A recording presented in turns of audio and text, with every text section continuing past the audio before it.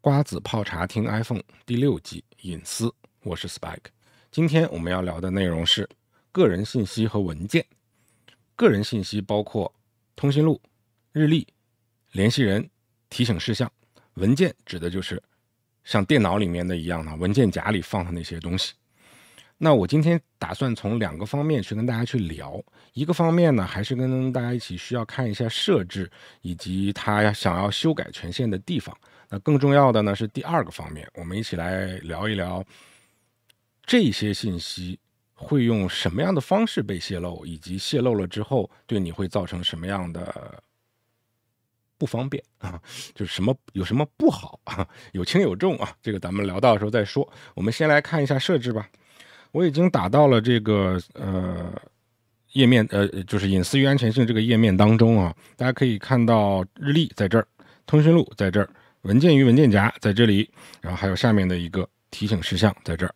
那每一个我们点进来之后呢，其实都可以看到哪一款 App 它要求访问我们的这些信息了。那这个也就是我为什么推荐大家用 iPhone 的，就是尽可能的使用 iPhone 的内置 App， 并给内置 App 专门开发了整整一个季的节目的原因啊。原因是就是很简单，你到这儿就更加明白了。只有你用的是这些内置的 App， 你才能够更好的把隐私掌握在自己的手里。那我举个反面例子啊，比如说我们说日历。App Store 上有一大票的软件都能做到日历的功能，甚至比日历做得更好更全。当然，如果你是公司要使用某一款日历软件用在工作上，这个无话可说。那还有一种情况要排除，就是内置的日历 App 它不论怎么样都没有办法提供给你需要的这些功能上缺失了，那你要用其他的，这个也无可厚非。但对于大部分人来讲，只要行程安排、通讯录和提醒事项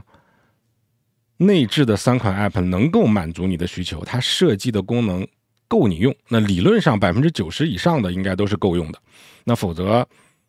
像 Apple 这种公司，它设置出来的软件大部分人都不够用，功能都不全，这个我想应该也不至于吧。那在够用的情况下，强烈推荐大家尽可能的去使用 iPhone 的自带 App。那只有在迫不得已的情况下再去使用第三方 App。那当然了，这个我只是出于隐私保护这一个角度去做的判断啊。当然这个我知道每个人使用 iPhone 会有很多的角度嘛，但这个也是一个很重要的角度，你需要被考量到其中的啊。那只有你在这些内置 App 当中去记录你的这些个人数据，你才会看到这些一个个菜单里面的这种访问开关。我给大家一个个点进来看一下，因为我这个呢是难得的空白版，没有。但是大家的主力机如果打开看一看，你就可能会发现有很多的 App 去要求访问你的这些隐私数据了。那你就可以在这个里面对它进行一个非常好的管理，你到底是要开还是要关。这个是设置上。那关于文件和文件夹呢，也是一样的，只要你有一些 App 是想要访问你的文件和文件夹的内容的，都会出现在这儿。那如果你希望它访问，打个开关，不希望关掉就可以了。这个就是相关的设置，相对来说比较简单啊。那关于文件跟文件夹其实没有太多好说的，原因是什么呢？我的认知啊，它包括我原来工作的时候接触到的一些 iPhone 的普通用户，能够用到 iPhone 当中的文件 App 这一个功能，我就认为它已经是高级用户了，就是 iPhone 的重度使用者了啊，能够用到这样的功能。你知道有我接待的顾客当中，其实有那么20-30%的 iPhone 的普通用户就直接把文件 App 给卸载了。那我相信，即便是你是一个 iPhone 的重度用户，你比较懂这个科技产品，你也能够理解为什么有一些人会把它卸载。因为大家的使用场景实在是太不一样了，这就是智能手机，它可以适配任何人的不同使用习惯。你像有一个微信就可以走遍天下的，他用文件 App 干嘛？文件可以存到这个微信里就可以了嘛。但是如果你能够用到文件 App 的话，你就会发现现在越来越多的特别是跟办公相关的这些 App， 它是跟文件 App 是有关联的。包括刚才大家看到我的演示机里面有一个 App 是内置 App， 就是照片。照片 App 里的照片，每一个照片跟视频，它都是可以直接保存到文件 App 的相关文件夹当中的。那之前不是有很多用户说，我就不想用照片 App 去管理照片，我就喜欢电脑上用文件夹的那种方式。那其实它是具备这个功能的。那如果你是 Apple 的全家桶，你开通了 iCloud 的功能，其实文件 App 也可以跟你的 Mac 上、跟你的 iPad 上的所有的文件相互打通。所以我之前不是跟大家讲吗？我一直买 Apple 产品都是买存储容量上最低的那一档，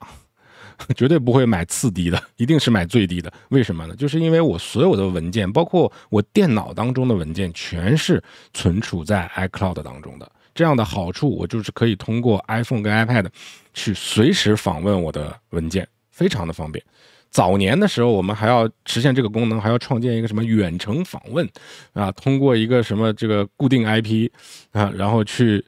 从家里以外的地方就访问到家里这台电脑，然后才能够看到电脑里面你忘带了的那个文件。但是现在有了 iCloud， 你根本不用访问电脑，你的文件也压根不在你的电脑里面。虽然你电脑里能看见但是它可能真的就不在你电脑里，它只是在云端保存。那这个方便性是毋庸置疑的。那这种情况下，如果有第三方的 App， 比如说你的一些签合同的 App，比如说一些这个 PDF App， 一些读书 App， 其实都是可以跟文稿相互，包括一些媒体 App， 比如说你看电影的一些 App， 或者是这个第三方的编辑照片的 App， 它有可能都会要求访问你的文件和文件夹。这个时候你就知道在哪里去进行管理它了。而至于这个个人信息这个类别啊，可能跟普通的大众更接近一点。因为举个我们的国民 App 微信来讲，其实它就非常积极的要去访问你的通讯录。但这也不光是微信啊，就是任何的社交媒体类的 App， 它其实都不会放过你的通讯录的。它的理由很简单，就是你如果让我访问你的通讯录，那我可以根据你的通讯录里面的联系人以及对应的电话号码来去推荐，在你的通讯录的联系人当中都有谁使用了我这款社交软件。堂而皇之的一个理由。但基本上我个人在使用的过程当中，我都非常的谨慎啊，开放给这些第三方的聊天 App 也好，还是社交 App 也好，去给他们开放我的通讯录权限。因为现在通讯录是非常敏感的一个话题，早年可能觉得没必要，如果对这个电子诈骗行业不是特别了解的人，可能会觉得这通讯录你偷了去能干啥呢？能干的事情可多了。前一段时间越南端掉的那个诈骗的窝点，他们利用的其实不就是你的通讯录吗？用各种方法，用财、用色啊，用这个威逼利诱各种方法，然后来去骗取你的这个手机的通讯录的访问权限。然后当知道了你的通讯录信息，知道你爸、你妈、你爷爷、你奶奶、你同学、你同事、你闺蜜、你好友的，他都掌握了之后，其实他对你的掌控就，因为人都是活在关系当中的嘛，那这种时候其实你在跟他交流的过程当中就没有主动权了。所以通讯录其实如果被一家大公司去泄露，可能它更多的吧，还是给你推一些广告，然后从这个当中去在后台庞大的数据运算当中去整理出一个连你都不太知道的你的关系网啊，对不？比如说那种什么你的朋友都在看了什么，就类似于这种功能，对吧？那如果对于小公司这种诈骗集团来讲，其实就对你的危害更加的直接，那就是通过这个来去威胁你或者怎么样。所以其实保护好我们的个人信息和我们的这个文件，其实也是在这个数字时代，在这个信息时代是非常重要并且你要意识到的一环。其实我在日常的工作当中发现，太多的普通用户在第一次安装某一款他必须要使用的聊天软件的时候，然后看到那个跳出的弹出的对话框说是否允许你访问通讯录，都是丝毫都不犹豫，直接就点是了。那我不知道他们是明白这背后的风险之后去点的是呢，还是说就觉得也没想这个问题啊？所以我这个频道其实聊这个话题的初衷，就是希望各位，如果你之前根本关于隐私的这些来自于手机的提醒啊、设置啊，都根本没有想到要去关注一下，也不知道该从何下手，也不知道该怎么关注的话，那我希望我的这一系列节目能够给你做一个很好的普及，做一个很好的入门。在这之后，你不但可以知道每次一个新的 app 打开跳出的这些是或者否、允许或者不允许，它其实都是什么意思，而且更会知道你该怎么样去在后期改变你的主意，再去管控它，或者当你用到某款 app 发现，哎，怎么我这款 app 不能拍照了？哎，我怎么不能扫码了？怎么相机打不开了？那你也可以作为一个故障排除的方式，看一看是不是你之前把它的相机权限给关掉了。